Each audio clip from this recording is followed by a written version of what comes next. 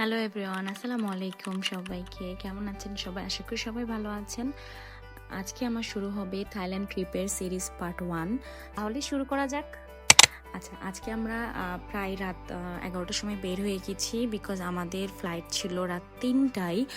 আর 3টার flight 11টার সময়। সেদিন আমি জানি না কেন এত বেশি জ্যাম ছিল রাস্তায়, লাইক শুধু রাস্তায় না, রাস্তায় এয়ারপোর্টে ঢোকার জন্য লম্বা একটা লাইন ক্রস করে তারপর আমরা ভিতরে গিয়েছি। যাওয়ার পর আমাদের বোর্ডিং পাস কালেক্ট করেছি, যেহেতু অনলাইন চেকিং ছিল আমাদের খুব সহজেই পেয়ে গেছি বোর্ডিং। তারপরে আবারও ইমিগ্রেশন শেষ করতে প্রায় 1 ঘন্টা মতো লাগছে। আমি জানি না কেন ওই দিন এত ভিড় ছিল সবকিছু মিলে।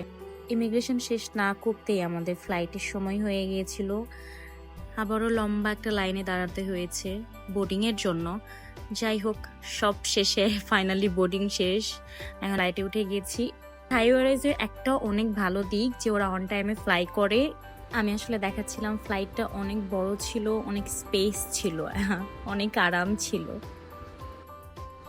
ইন দ্য মেন টাইম আমাদের খাবারও চলে এসেছিল। খাবারে তাদের 2টা অপশন ছিল, স্প্যাগেটি নুডলস অ্যান্ড চিকেন, আর একটা ছিল চিকেন বিরিয়ানি। আমি নিয়েছিলাম স্প্যাগেটি। খাবার মজা ছিল। আর ডেজার্টের কথা না বললে না, ডেজার্ট ছিল 10 আউট অফ 10। আমাদের দুজনের অনেক ভালো লেগেছে। কোকোনাট রাইস পুডিং অনেক মজা ছিল।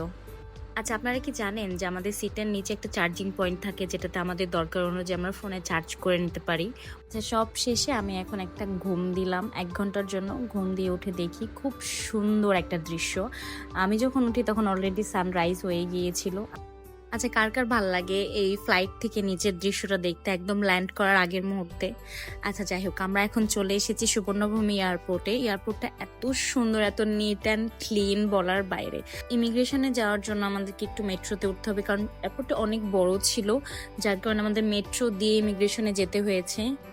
এই যে আমরা ইমিগ্রেশনে চলে এসেছি। ইমিগ্রেশন শেষ করার পরে আমরা আমাদের লাগেজটা কালেক্ট করেছি। কালেক্ট করার পরে বিশ্বাস করেন, এয়ারপোর্টটা এত সুন্দর ছিল যে আমরা কিছুক্ষণ ওখানে ছিলাম, যে এয়ারপোর্টটা ঘুরে ঘুরে দেখছিলাম। এয়ারপোর্টটা অনেক সুন্দর অ্যান্ড নিট অ্যান্ড ক্লিন।